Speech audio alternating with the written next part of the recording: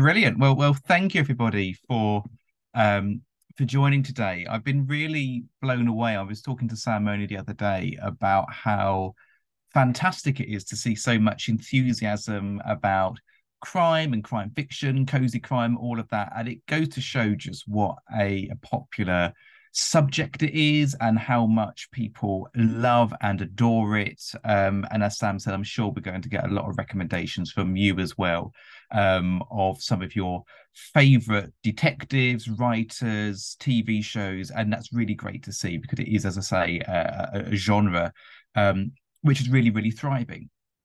So, in this talk, what I'm going to do is try and interrogate and investigate the term cozy crime. What does it mean? Where does it come from?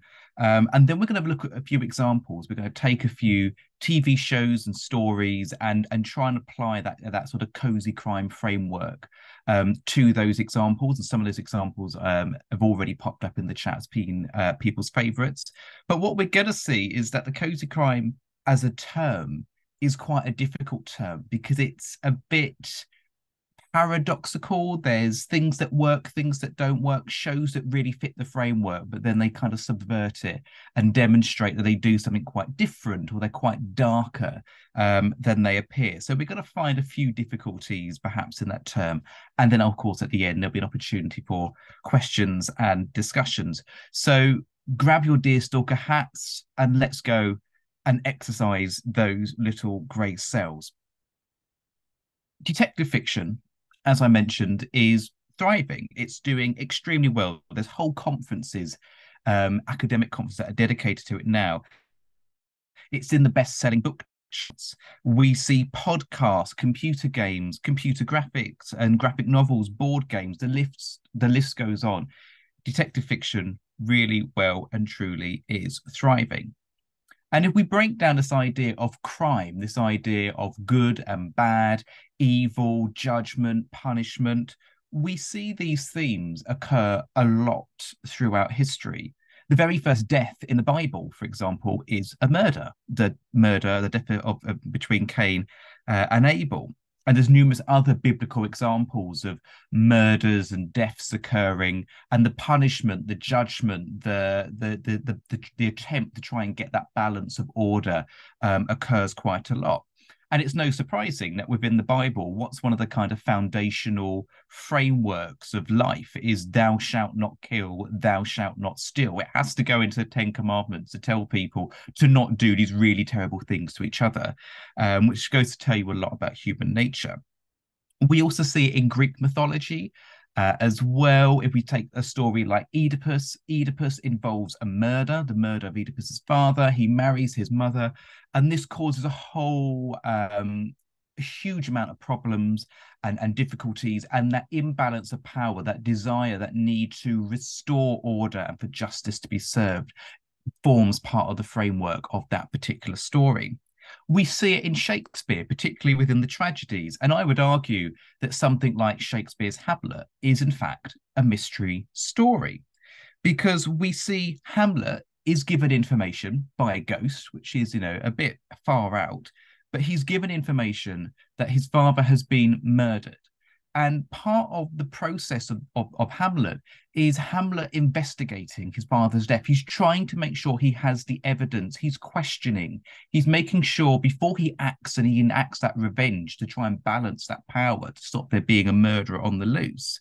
He is trying to ensure that he establishes the facts. And one of the things he does is essentially a crime reenactment, the play within a play to try and find out exactly the causes and to be certain of the guilt before he acts. We see crime and punishment in a whole manner of forms. In Beowulf, in Paradise Lost by Milton, we see it in the Renaissance revenge tragedies, and even within Gothic literature and fiction. Think about abuses of power, think about predatory individuals, forbidden behavior, locked rooms. All of these things really form the sort of genesis, the foundations of what we would call the crime story and the crime genre. Crime, quite literally, is everywhere. And of course, in the process, steps have had to be taken to try and fix that, to try and restore that balance of order. one of the things that we get is also what's called the Newgate Calendar. And the Newgate Calendar is a sort of publication that documents crime and punishment and executions. Bearing in mind that executions at one point were public spectacles. People went for a kind of day trip to watch prisoners be executed. And what this shows was firstly the authority, the power of those authorities and law and order, but also shows justice being served, a reassurance, but also a deterrent for anybody wanting to commit these crimes. The Newgate Calendar does exaggerate, it does fictionalize, it does embellish these crimes and what happens. And this is just an example here. And it says the prosecution did all in their power to convince the court and jury that the most striking example should be made of one who had so daringly defied the laws of God and man. The indictment being open and the witnesses heard, the jury, fully convinced of the commission of the fact, found her guilty. On the day of her execution, when the wretched woman had finished her devotions, an iron chain was put around her body, with which she was fixed to a stake near the gallows. The woman was literally burnt alive. That's quite gory and graphic stuff. Remember, this is also the time within the 19th century, the 19th century, the sort of 1900s, 1800s.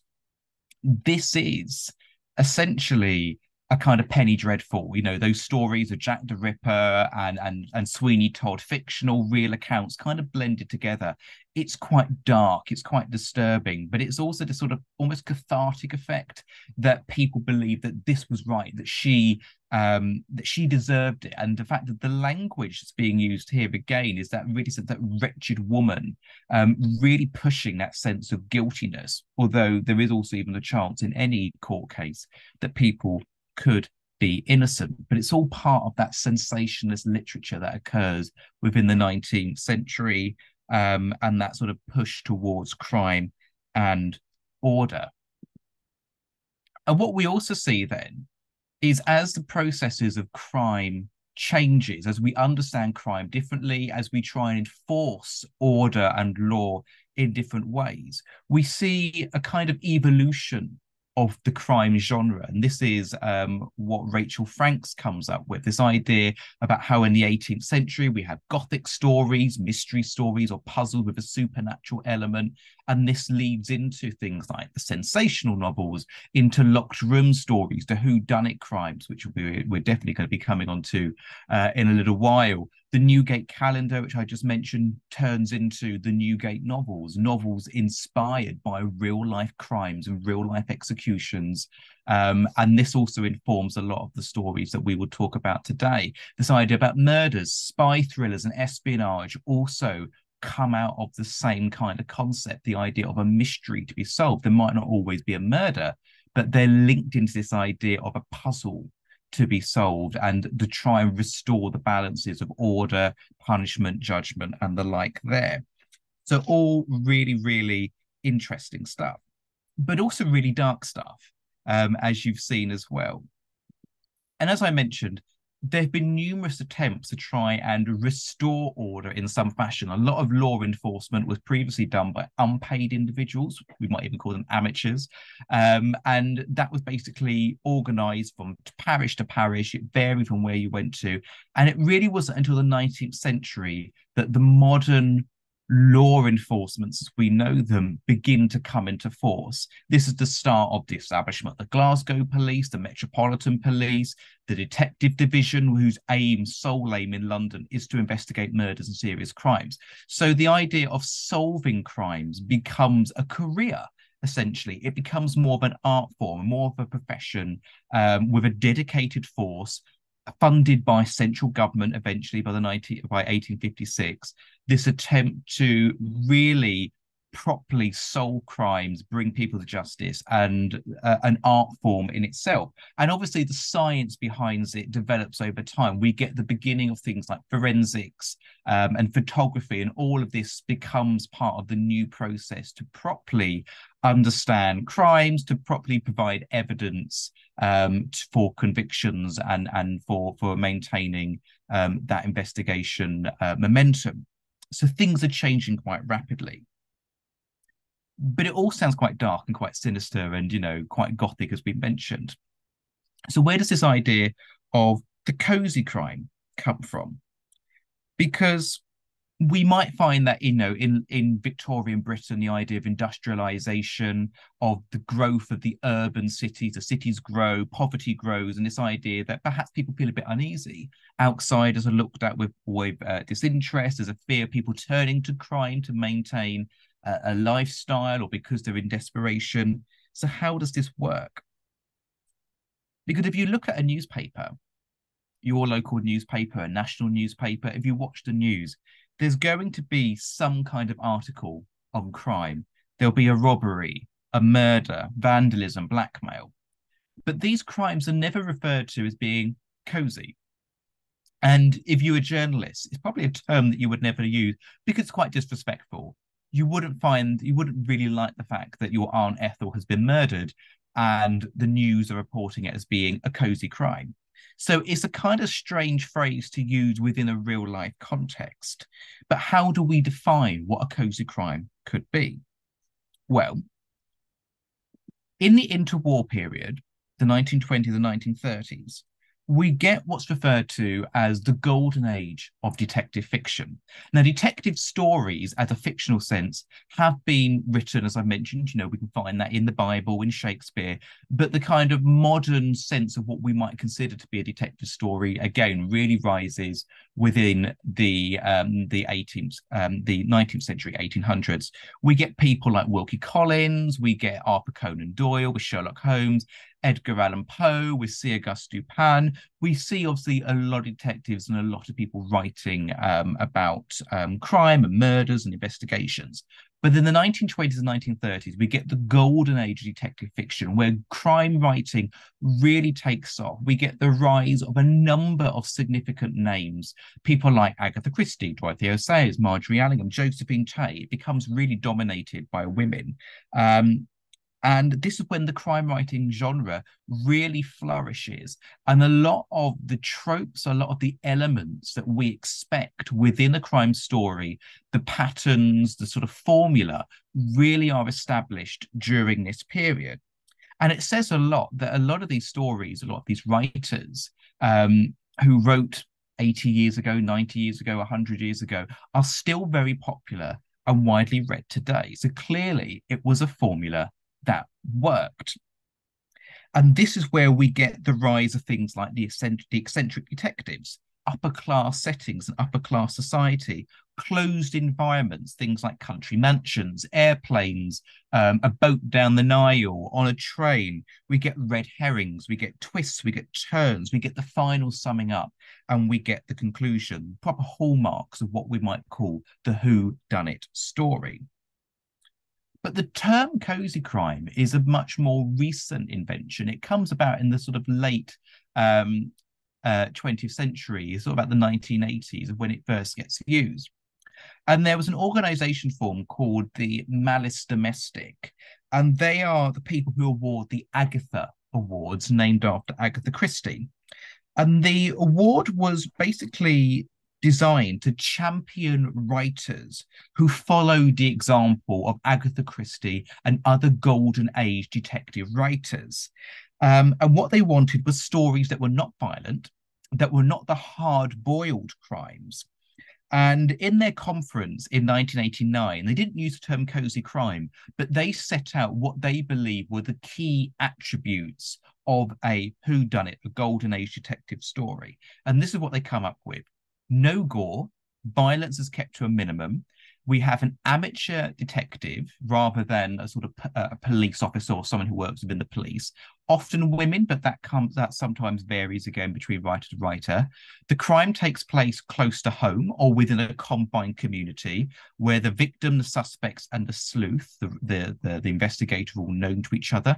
And the setting must never be sleazy. The characters are driven by personal motives and have no affiliation with groups like the mafia or the CIA.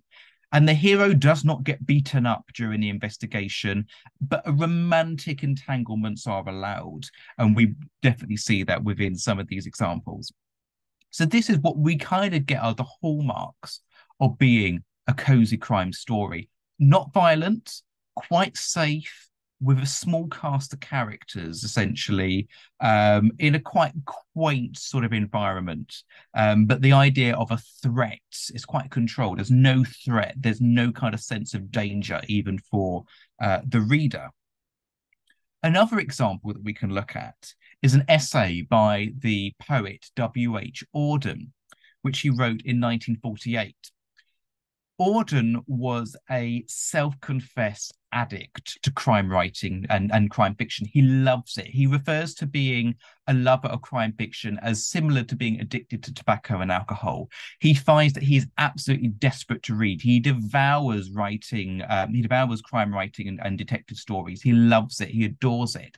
And in his essay, The Guilty Vicarage, he attempts to pinpoint what he believes are the main key important aspects of crime fiction.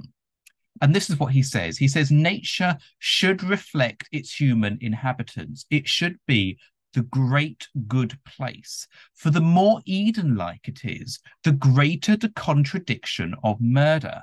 The country is preferable to the town, a well-to-do neighborhood as well.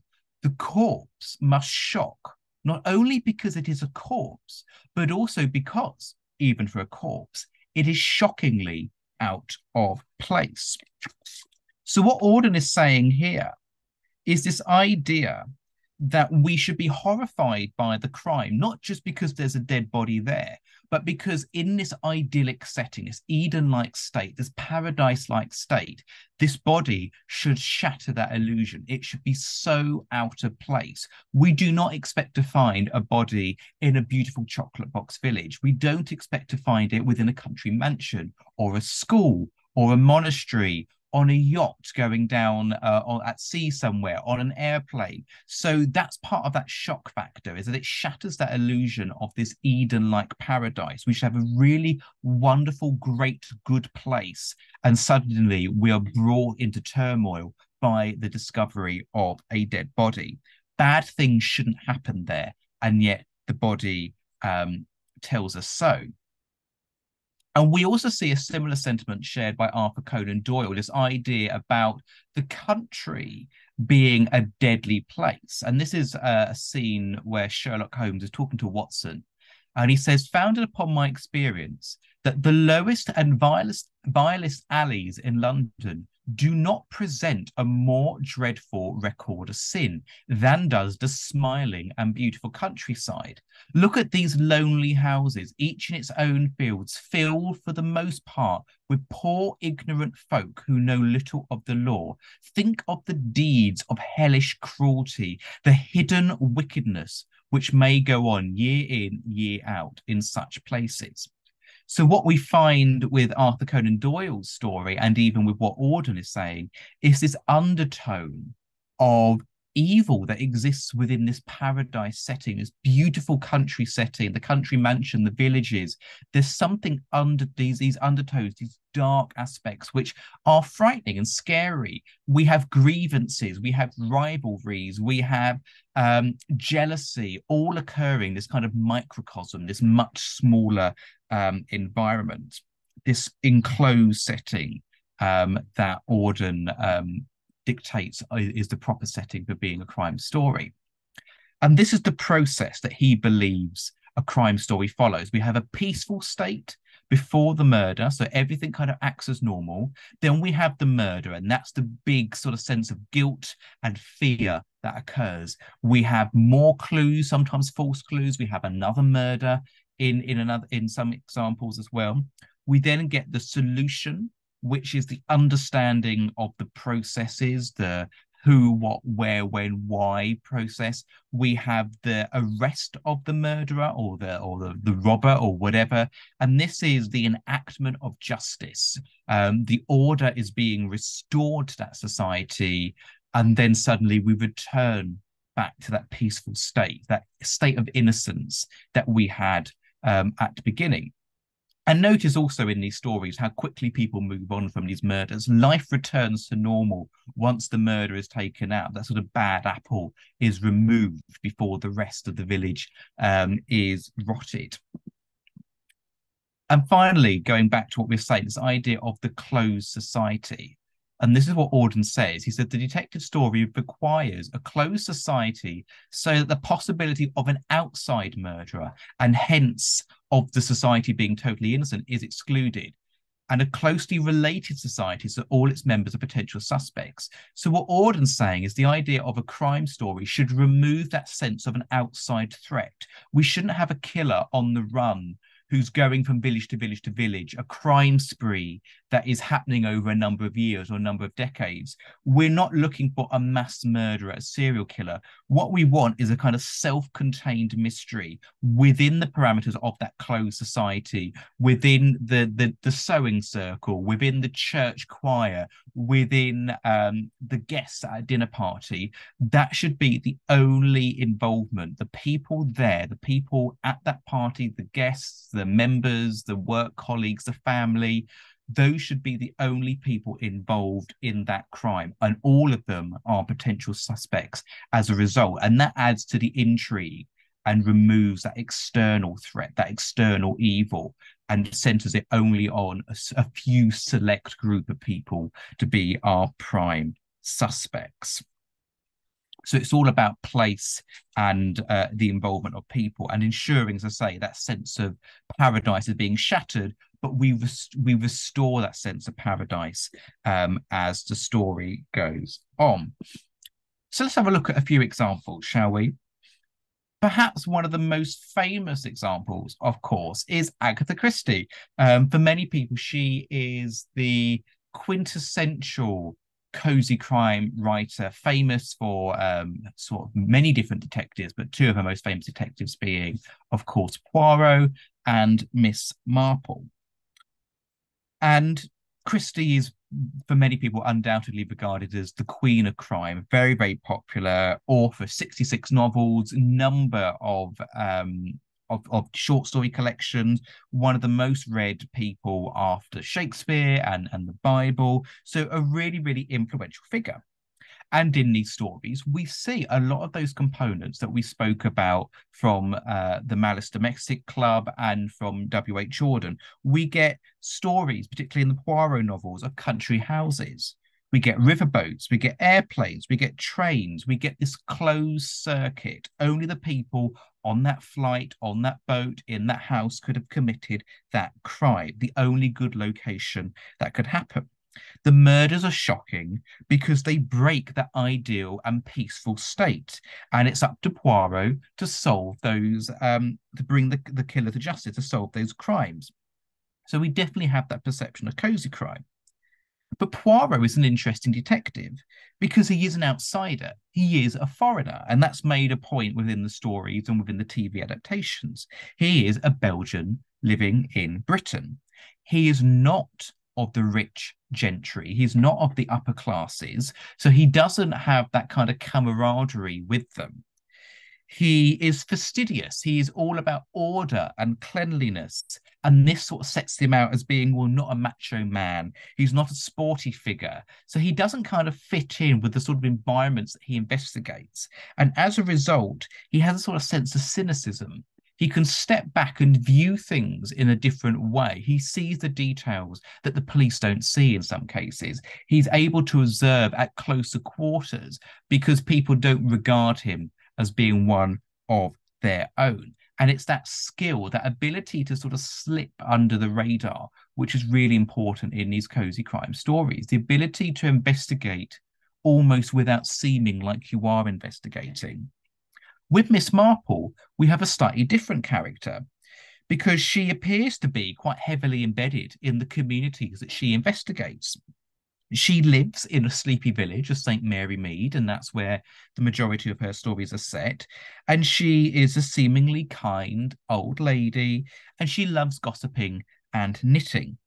But her harmless exterior is almost her superpower.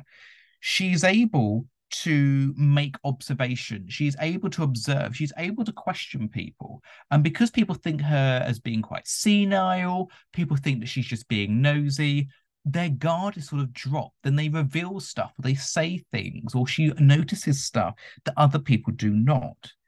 And she catches people off guard. And from the easy sort of sense, she is able to slip under the radar, as I mentioned, and be underestimated.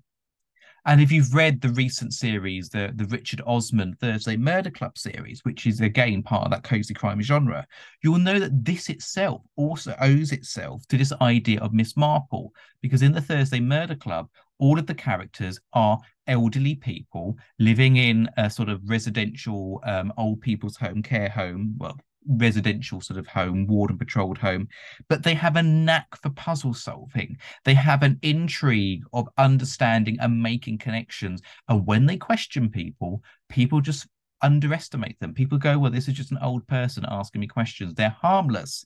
I will tell them certain things, unaware that they are really much more intrigued by small details than perhaps the police are. One of my favorite Miss Marple stories is from 1950 called A Murder is Announced, which is a fantastic story if you've not read it. And this is a story about a village which is rocked by an announcement in the local paper that a murder is going to be committed soon. And I say rocked, the murder becomes quite, the village, I say the village becomes quite obsessive about this advert. They become very curious by it. It invokes a lot of excitement. They're not fazed by the fact that someone is threatening a murder. And this is one of those scenes. It reads, a marriage is announced. No, a murder. What? Well, I never. Edmund, listen to this. A murder is announced and will take place on Friday, October 29th at Little Paddocks at 6:30 p.m. Friends, please accept this, the only invitation. But what an extraordinary thing. Eventually, all the villagers make ludicrous excuses to go and visit Little Paddocks at 6:30. They're all curious as to what's going to happen. They think it's the game. And all of them turn up randomly at 6:30 at the house. They knock on the door and say, oh, I saw your lights were on. I just wanted to pop in and say to see how you are. Oh, you've got your central heating on. Can I come in? And eventually, this is the kind of ploy that everyone has. They're standing around waiting for 6:30, and then suddenly Miss Harmon barges in and she tells it exactly how it is. Miss Harmon comes in and it says, once more, the door opened and Miss Harmon came in. Her battered felt hat was stuck on the back of her head in a vague attempt to be fashionable, and she had put on a rather limp, frilly blouse instead of her usual pullover. Hello, Miss Blacklock, she exclaimed, beaming all over her round face. I'm not too late, am I? When does the murder begin? This excitement, I think, is what Agatha Christie really nails in this scene. This idle curiosity, this nosy state of village life. Little gets past the curtain twitching. Little gets past the idle gossip of the villagers. And Miss Marple was certainly guilty of that. In one Miss Marple story, it's referred to as having tea and scandal, to literally drink tea and gossip about the comings and goings of the neighbours. It prevents a morbid curiosity of life, a strange, intense need and desire to know other people's business, to question their choices and speculate on possible murder motifs. And as it says in A Murder is Announced, in an English village, you turn over a stone and have no idea what will crawl out. So there's a lot of mystery, you know, what we think about sleepy villages, but there's a lot of stuff hidden under the surface. And this is also shared in another Miss Marple story, a short story called The Thumb Mark of St. Peter, where it says human nature is much the same everywhere. One has opportunities of observing it at closer quarters in a village. This idea that a village is a microcosm, a much smaller space in which people interact. And when things boil to the surface, those mysteries, those anger, that intrigue, it appears much stronger in a village setting than it would do in a sort of more urban town setting. But the thing is, with Agatha Christie, as much as cozy as she may be, we do see a darker side to life. And they can be extremely cold and calculating stories, really brutal stories as well. One story sees a child being drowned in an apple bobbing tub, and one of a few instances where Agatha Christie uses a child as a murder victim. Another has a local girl guide killed in a boathouse. The irony being that she was originally pretending to be a murder victim as part of a murder mystery event. In Agatha Christie's story, we have consortiums of individuals getting together to kill people, to plot to murder somebody, people going through charades of marriage to kill people, or to kill multiple people in order to hide the true intended victim of the crime. These are at times really brutal and unnerving stories. And these are, I think, perhaps front covers of Agatha Christie stories, which really give us an insight. These are from the 60s and 70s, when a company called Fortana were producing front covers for Agatha Christie's novels. These were all designed by Tom Adams. And these are really quite dark covers, really. They really tap into that gothic, dark, eerie undertones. So if you showed these front covers to people, I doubt they would say that Agatha Christie is quaint and cozy and lovely. Actually, they present the sense that Agatha Christie is quite dark and menacing and almost like a horror story at times. And I think that really plays into the fact that as much cozy as they are, there's some really darker aspects to them as well.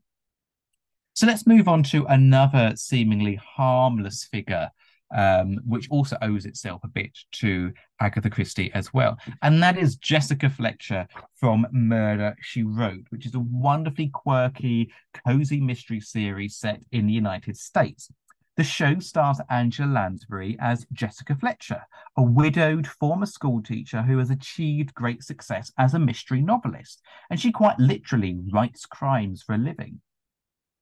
And what we get in these stories is Jessica Fletcher using her understanding, her observations to solve crimes that the local police force are unable to do so. And if you're unfamiliar with the show, I kind of want to show you the title sequence of the show, which I think really gives us perhaps a bit of a sense of the vibe and the theme. So hopefully you can hear this, and hopefully even if you can't hear the sound, you can definitely hear the theme music.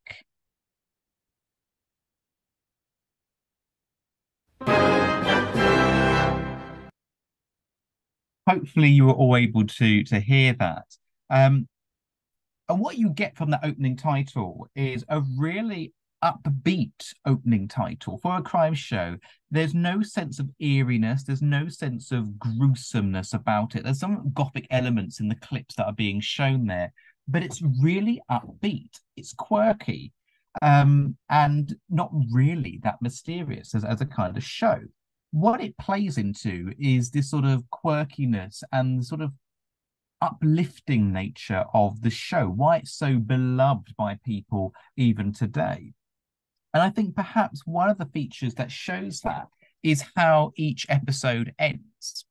They end like this: a freeze frame of Jessica, normally in the company of people or a group, and something is said that's funny or humorous or shocking, and there'll be a freeze frame of Jessica laughing, smiling, joking, stunned in some cases.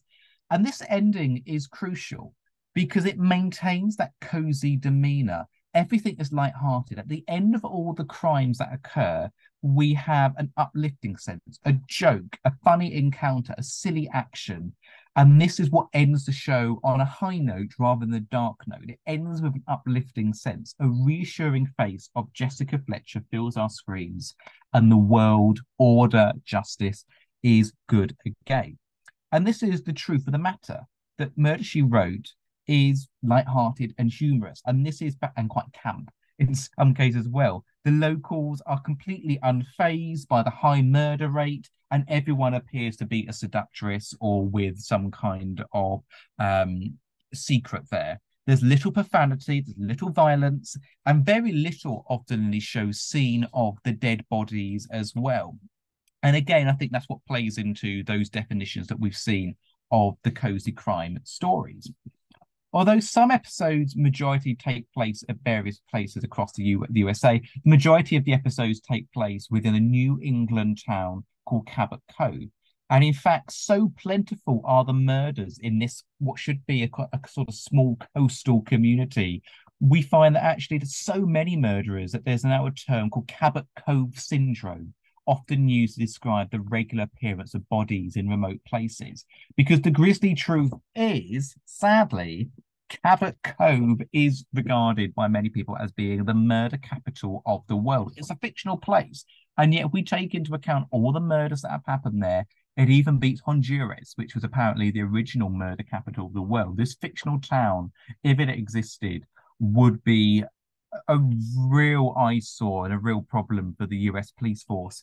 But we see something really, really fascinating because there should be a sleepy coastal community rocked by crime, that paradise state suddenly rocked by guilt and violence, and then it's brought back into being quite simply that calm, tranquil backwater once again. And if you're interested in fan theories, some of you may know that one of the fan theories for Murder, She Wrote is that Jessica herself is the killer because everywhere she goes, on a conference, on a holiday, she finds a dead body and she solves a crime. And some people suggest that she might be the one actually committing that crime herself to stop herself getting bored, to get inspiration for her novels.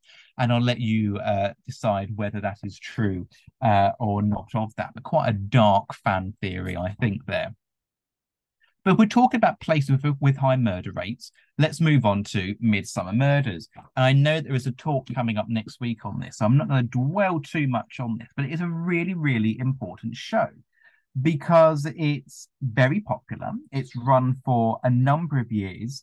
It has changed in tone slightly. So I find that a lot of the earlier episodes, there is a sort of lot of quite discrimination that takes place. There's a lot of homophobia that takes place within the earlier episodes. And in later episodes, when there's been also a cast change, there is much more of a diverse casting within the show, and a lot more humor has been added into the show as well. But if you're unfamiliar, the show is based on a series of novels by Caroline Graham, but it's since taken its own path. And it is set within the fictional English county of Midsummer. And some people have attempted to try and map out what Midsummer might look like. It's kind of based on Oxfordshire and those surrounding areas. The majority of the places in this story are villages. We have golf clubs, we have castles, we have private schools, we have vineyards, we have army barracks, and loads of different places there. Again, really rural, really isolated, but really chocolate box, beautiful, picturesque places. But then we find that there is obviously a very deadly side to these stories, and it is up to the local police force to investigate that. And we have the Barnabys as kind of the main police officers within the show. We have a police assistant, we get forensic scientists, and we also get the Barnaby family as kind of supporting characters. And we see a lot of domestic life that kind of gives them a much more of a human quality when we see their jokes about painting or cooking or joining local community groups. But again, I want to show you a short clip, which again gives us a bit of an insight into the vibe of Midsummer Murders and what it's trying to present and the kind of themes that go along with that. So have a look, but also notice the slight difference in tone compared to Murder, She Wrote. Every time. What we see within this clip is the real kind of gothic tendencies of the show really come to play here. In the village, no one is as they seem. Everyone is against each other. Everyone harbors resentment. And when a murder is committed, as we see from that's what W.H. Jordan told us in this paradise state, yet the residents seem quite unfazed by it. They want to carry on with their life. Life goes on, as they argue. Death is just simply an inconvenience. And the show perhaps is also known for its variety and creative nature of the murders that stop it becoming too formulaic. And I think this is perhaps where it loses some of its cozy qualities. We have that quaintness, but we get really brutal, shocking deaths. We get people crushed by a forklift truck carrying jars of relish, boiled in beer, a guillotine, being bitten by snakes, crushed by sliding doors, crushed by a massive round of cheese, being pushed into a large tumble dryer, covered in truffle oil, mauled by a wild boar, suffocated after being wrapped in bandages. The list goes on. It's a really weird and bizarre creative sense of murders. And there often are quite a lot of murders in these episodes, 2, 3, 4. So these are quite gory pieces. And if we have a look at the kind of stats, there have been potentially, as some people have said, over 600 to 1,000 potential murders on screen and off screen within the show. And Scott Bryan for the Radio Times did a fantastic investigation to try and find out how common the different causes of deaths were in Midsummer Murders. And this is what he shows. And the game shows the variety of them. But I want to hone in on the most popular, the stabbed and beheading. I'm sure you're dying to know a bit more about it. And this is what Scott tells us. Stabbed or beheading, there have been 85 deaths back in 2020.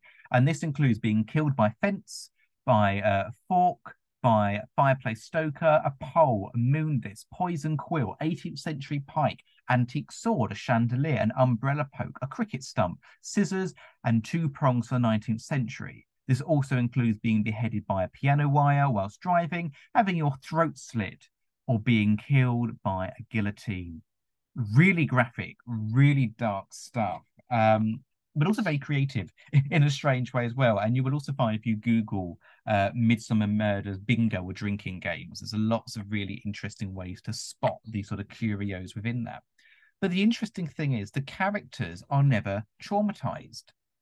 Again, like Murder, She Wrote, the episodes end on a high note. The work colleagues, the family get together. They ride on the motorbike, as you see here. They joke, they laugh, they have a barbecue, they go to the pub. No one is traumatized. The world is fixed and it returns to its normal state. Everyone gets on with their lives, seemingly anyway. The last show that I want to talk about for this for my talk is one that someone mentioned a little bit earlier as well, and that is Death in Paradise. And it's a slightly different show because it doesn't involve an amateur detective, a bit like Midsummer Murders. It is a proper police force. But what we see here again are the real strong cozy quality. It's set quite literally in paradise, as the title tells us. It's on a fictional Caribbean island called Saint Marie. It has a police force, strangely, of just 4 people, plus a police commissioner. And the lead inspector is normally a Brit who has been sent over to lead that particular police force, the current inspector being played by Ralph Small. But the important thing is the lead inspector has to have a quirky quality to them. So they're not just a really hard-boiled, gruff kind of figure.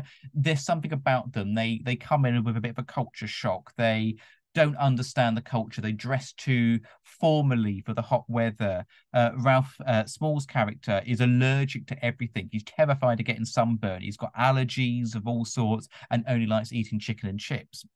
But the interesting thing is, of course, with Death in Paradise, is it's quite formulaic structure.